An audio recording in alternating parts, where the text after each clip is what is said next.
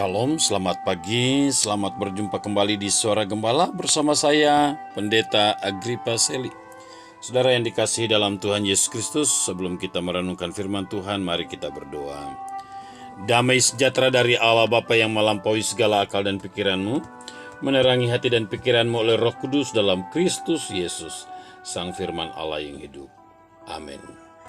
Firman Tuhan yang menjadi renungan kita hari ini terambil dari Efesus pasal 3, ayat 14 sampai dengan ayat yang ke-21.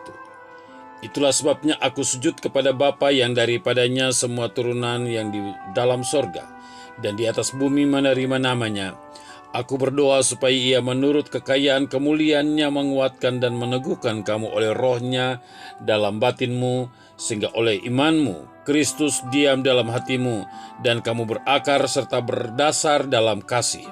Aku berdoa supaya kamu bersama-sama dengan segala orang kudus dapat memahami betapa lebarnya dan panjangnya dan tingginya dan dalamnya kasih Kristus, dan dapat mengenal kasih itu sekalipun ia melampaui segala pengetahuan. Aku berdoa supaya kamu dipenuhi dalam seluruh kepenuhan Allah. Bagi dialah yang dapat melakukan jauh lebih banyak daripada yang kita doakan atau pikirkan, seperti yang ternyata dari kuasa yang bekerja di dalam kita. Bagi dialah kemuliaan dalam jemaat dan di dalam Kristus Yesus turun-temurun sampai selama-lamanya. Amin. Saudara yang dikasihi dalam Tuhan Yesus Kristus, tema kita hari ini adalah doa yang memberkati. Doa merupakan kunci hidup iman dari sebuah spiritualitas.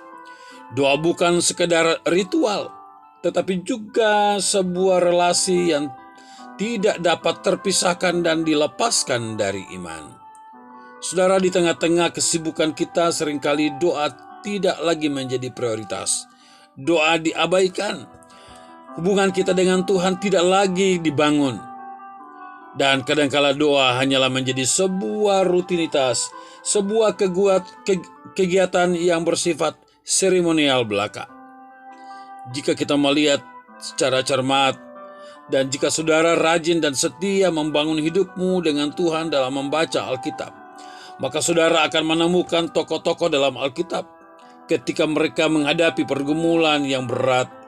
Mereka datang kepada Tuhan dalam doanya, maka Tuhan menjawab kepada mereka setiap doa yang mereka naikkan, seperti Daniel, Esther, Abraham, dan masih banyak tokoh-tokoh yang lain yang bisa kita jumpai dalam Alkitab.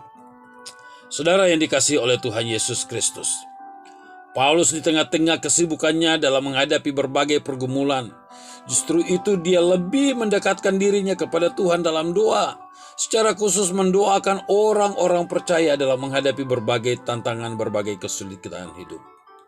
Paulus berdoa karena ia percaya sepenuhnya kepada kuasa Allah dan menghargai kepercayaan berita Injil yang sangat bernilai. Dalam doanya, Rasul Paulus mohon supaya Allah senantiasa memelihara setiap warga jemaat di Efesus dalam segala pergumulan mereka. Paulus berdoa untuk dua hal yang penting, yakni yang pertama, jemaat dikuatkan, diteguhkan imannya. Dapat kita melihat dalam ayat yang ke-16. Agar hidup mereka semakin berakar dalam kasih Kristus. Kita bisa melihat juga pada ayat yang ke-17. Tanpa dikuatkan Allah dan berakar dalam Kristus, iman seorang akan runtuh. Yang kedua, jemaat mengerti rencana keselamatan yang telah dirancangkan Allah. Meski rancangan keselamatan itu sangat lebar, sangat panjang, sangat tinggi, sangat dalam, dan melampaui pengetahuan manusia. Ayat yang ke-18 dan ayat yang ke-19. Dalam doanya Paulus rindu supaya jemaat takjub dan akan pengenalan ini, sehingga hidup mereka semakin hari semakin indah, semakin hari semakin berkenan kepada Allah. Kepenuhan Allah boleh memenuhi mereka dengan pengenalan yang benar.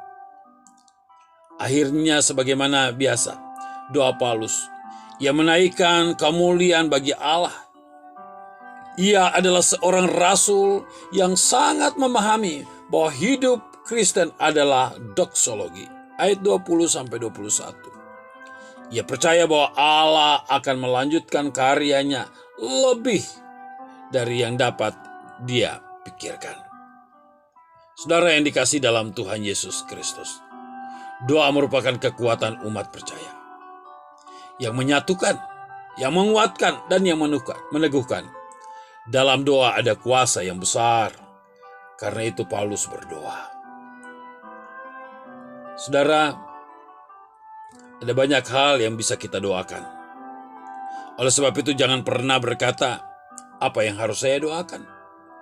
Saudara bisa berdoa untuk gereja saudara di mana saudara bergereja. Dan di mana saudara mengalami pertumbuhan rohani, pertumbuhan iman. Doakan hamba Tuhan saudara, supaya dia dapat melayani saudara dengan baik melalui pemberitaan firman Tuhan. Doakan apa yang menjadi pergumulan gereja saudara. Doakan juga tantangan dan pergumulan yang sedang terjadi dalam kehidupan bergereja di mana saudara bergereja. Kehidupan orang-orang percaya.